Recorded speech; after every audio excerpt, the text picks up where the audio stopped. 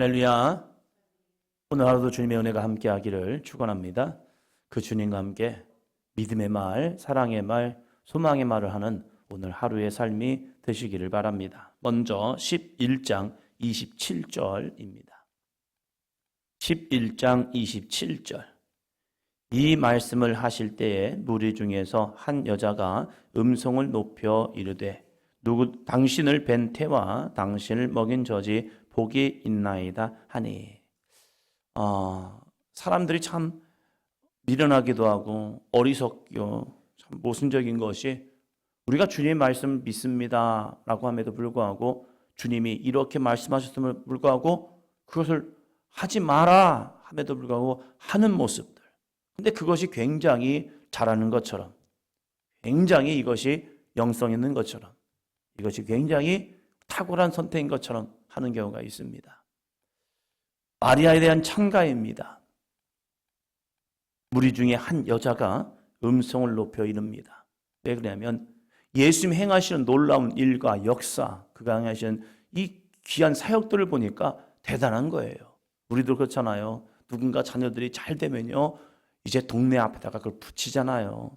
누구누구 아들, 누구누구 자손, 누구누구 아들 해서 예전에는 사법고시, 행정고시 패스했다 해가지고, 그러면서 또 시골 지역은 또 서울대학만 가도 무조건 서울대학만 가면 그냥 붙여버려요. 농대를 갔든지 무슨 대학 갔든지 상관없어요. 그냥 서울대가 중요한 거예요. 그래서 동네 입구마다 붙여가지고 누가 서울대학 갔다고 해가지고 막 붙여줍니다. 예수님이 행하시는 모습을 보니까 놀라운 거예요. 그럴 때 한 여자가 음성을 높입니다. 당신을 뵌 태와 당신을 먹인 젖이 복이 있나이다. 마리아죠. 당신을 뵌 태, 당신을 먹인 젖이 복이 있습니다.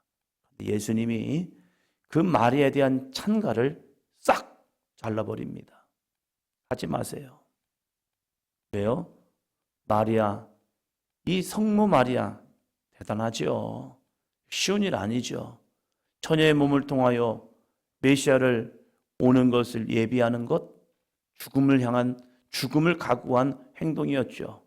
그러면서 이 마리아가 가브리엘 천사 앞에 뭐라고 말합니까? 나는 주의 여종이오니 말씀대로 이루어지이다. 나는 여종일 뿐이에요. 하나님이 쓰시는 거룩한 도구일 뿐입니다. 자기가 영광받을 일은 아닙니다. 그래서 예수님이 이렇게 말하죠. 28절입니다.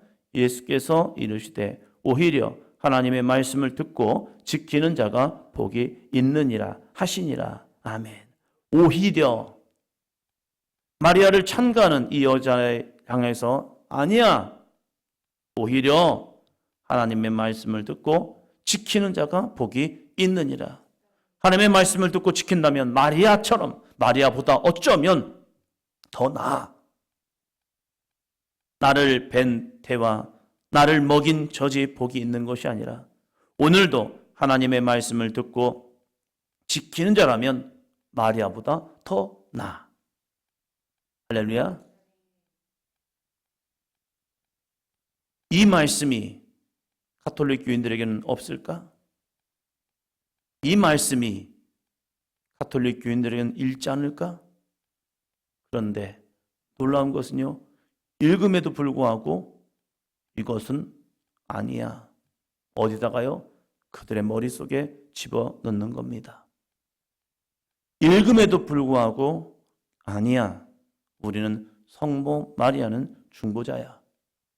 성모 마리아의 이름을 가지고 기도하며 그 마리아에게 기도하면 예수님 앞에 더 잘 상달되기 때문에 성모 마리아 성상까지 세우면서 그 마리아 앞에서 조아리는 모습, 그것이 우상 숭배라는 사실이죠.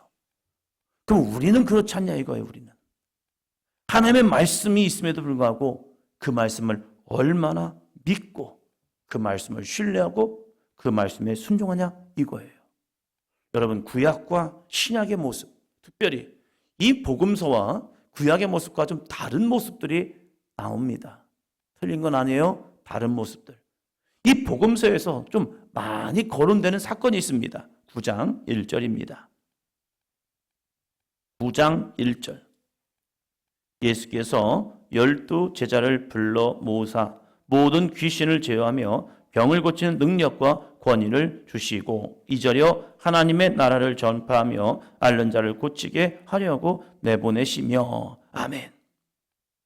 우리가 찬송가 348장을 했죠. 오늘 348장 참 교회에서 많이 불러야 할 찬양 중에 하나의 모습이기도 하죠. 마귀들과 싸울지라 죄악 벗은 형제요. 죄악을 벗은 형제라면 누구랑 싸워야 한다고요? 마귀요. 귀신. 그런데 교회에서 귀신 얘기하고 마귀 얘기하면 요즘 시대에 누가 귀신 얘기합니까? 마귀 얘기합니까? 귀신이 어디 있어요? 이렇게 하는 사람도 있습니다. 귀신 있어요? 하면 목사님 무슨 귀신이 있어요? 하나의 이야기죠. 그런 말 하지 마세요. 그런데 예수님께서 12 제자를 불러 모으시면서 첫 번째 모든 귀신을 제어하며 라고 말합니다. 예수님이 마가복음에서도 마찬가지죠. 믿는 자에게 이런 표적이 따르니 곧 그들이 내 이름으로 뭐죠? 귀신을 쫓아내며. 이 귀신을 쫓아내는 것이 어쩌면 우리 그리스도인들에게 가장 먼저 해야 할 사역들. 교회가 먼저 해야 할 것은 귀신을 쫓아내는 사역이라는 사실이죠. 그 귀신이 떠나가면 병을 고치고 그리고 이러한 역사들이 나타나는 거예요. 귀신이 떠나갈 때 하나님의 나라가 이 땅 가운데 더 확장되고 있다는 거예요. 그래서 우리에게도 주님은 귀신을 내어 쫓는 권세를 주신 줄로 믿습니다. 그런데 그것이 내 이름이 아니라는 거예요. 예수 그리스도의 이름으로요. 10장으로 볼까요? 10장. 70인을 세우면서 이러한 70인들이 갔다 와서 이렇게 말합니다. 10장 17절이요. 70인이 기뻐하며 돌아와 이르되 주여 주의 이름이면 귀신들도 우리에게 항복하더이다. 아멘. 12 제자뿐만 아니라 70인을 주님께서 앞서 주님이 가실 곳에 앞서 보내셨습니다. 그리고 이 70인들이 순종하여 갔다 왔습니다. 갔다 와서 보고를 하는 겁니다. 주여 주의 이름이면 귀신들도 우리에게 항복하더이다. 자기들의 능력, 자기들의 역사가 아닌 거예요. 자기들의 특별한 능력이 있어서가 아니라 그들이 예수 그리스도를 믿고 주의 이름으로 나갔더니 선포했더니 고백했더니 기도했더니 귀신들도 우리에게 항복하더이다. 아멘. 우리에게도 이 거룩한 역사가 나타날 줄로 믿습니다. 그랬더니 예수님께서 그들을 그래 수고했어 라고 말씀도 하시지만 20절이요. 그러나 귀신들이 너희에게 항복한 것으로 기뻐하지 말고 너희 이름이 하늘에 기록된 것으로 기뻐하라 하시니라. 우리가 주의해야 할 것, 귀신들이 너희에게 항복하는 것으로 기뻐하지 마라. 내가 이러한 사역을 했습니다. 내가 이러한 봉사를 했습니다. 이러한 역사를 이루었습니다. 그게 네 자랑이 되지 마. 우리가 주님 앞에 나와 헌신하고 충성하고 사역하는 것, 그것이 때론 우리의 자랑거리가 되는 거예요. 내가 이 교회에서 이렇게 있었습니다. 내가 이 교회에서 이렇게 사역을 했습니다. 제가요 이 교회에 이러한 직분이 있습니다.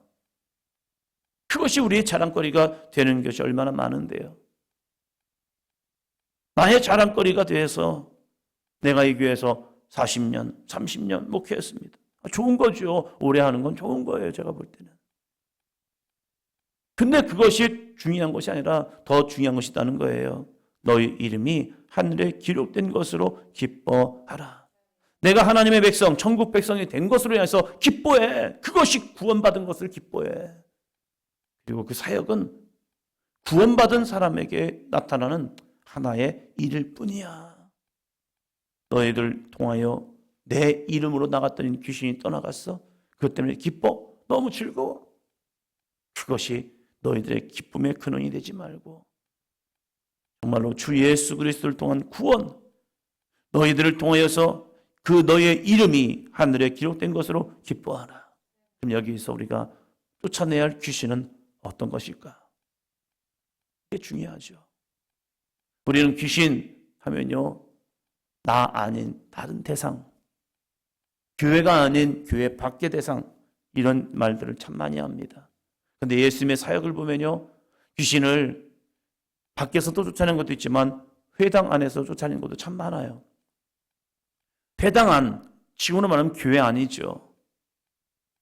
교회 왔다는 것은 믿음이 있는 거고 하나님을 믿는 신앙이잖아요. 그러면 교회 안에는 귀신이 없어라고 생각하지만 아니요, 교회 안에도. 그럼 교회를 조금 더 깊숙이 한번 보면 교회는 무엇입니까? 나지요. 너희가 하나님의 성전인 것과 하나님의 성령이 너희 안에 거하시는 것을 알지 못하느냐? 맞아요, 우리는 거룩한 성전입니다. 아멘. 그런데 그 성전 안에서 귀신이 틈탈 때가 있다는 거예요. 그 귀신이 뭔데요? 미쳐 날뛰고 이상한 말 하시고 이상한 행동을 하고, 여름에도 두꺼운 옷을 입고 다니고 겨울에도 반바지에 여름 옷을 입고 다니는 그런 사람은 미친 사람입니까? 귀신 들린 사람입니까? 아니죠. 주님은 우리에게 이 베드로라는 사건을 통해서 귀신의 역사, 마귀의 역사가 누구에게 임하느냐? 베드로, 주님께 사랑받는 그 베드로에게도 귀신이 있다는 사실이에요. 마귀가 있다는 사실이에요. 어떻게 말하고 있습니까? 내가 하나님의 일을 생각하지 아니하고 도리어 사람의 일을 생각하는도다. 아멘. 이게 마귀의 역사라는 사실이에요. 우리가 착각하는 것이, 간과하는 것이 사람이 미쳐야만 귀신이 역사하는 줄 알아요. 그러나 예수님 당시에도, 초대교회 당시에도, 지금도 교회가 하나님의 일을 생각하지 아니하고 이 사람의 일을 생각하면 그곳은 마귀가 역사하는 곳이라는 거예요. 내 삶 속에도 마찬가지죠. 내 인생의 삶 속에서도 하나님의 일을 생각하지 아니하고 사람의 일만 가득 차 있다면 우리는 하나님의 영광을 위한 삶이 아니라 마귀에게 이끌려 육신에게 져서 그 육신에 끌려가는 아담과 하와밖에 되지 않는다는 사실이에요. 오늘 먼저 내 안에 떨쳐버려야 할, 이겨야 할, 뿌리 뽑아야 할, 근절해야 할 이 육신의 생각, 사람의 일은 무엇일까? 마귀를 쫓아낸다는 것은, 귀신을 쫓아낸다는 것은 먼저는 외부적 사건이 아니라 내 안에 내부적 사건이라는 거예요. 그래서 사도 바울도 날마다 나는 죽노라. 내 안에 있는 이 육신의 생각, 내 안에 있는 이 사람의 일, 이것이 죽지 아니하면, 자기를 부인하지 아니하면, 자기 십자가를 지지 아니하면 우리는 오늘도 예수님을 등에 업고 그저 육신의 일을 이루기 위해서 앞을 향하여 달려가는, 그러면서 나는 교회를 다니니까, 나는 성경을 알고 있으니까, 나는 믿음의 길을 가고 있어 라고 착각하면서 멸망의 길로 가고 있는 것이 누군데요? 바리새인들, 사두개인들, 서기관들, 율법교사들, 대제사장들, 종교지도자들이었다는 사실이에요. 우리들도 경각하지 아니하면, 잘못하면 내가 교회라는 틀 안에 있지만 여전히 육신의 생각으로 사람의 일로서 마귀의 생각을 하면서 아는데 뭐 하나님을 기쁘시게 하는 게 아니라 나 자신을 기쁘게 하는 것, 이것이 뭔데요? 마귀의 일이거든요. 오직 우리의 인생의 삶의 목적이 정말로 주님께서 우리에게 명령하신 지상명령을 이루고 복음의 열정을 가지고 복음을 위하여 기꺼이 나 자신을 살아갈 수 있는 아름답고 복된 우리의 2025년이 되기를 축원합니다. 기도합니다.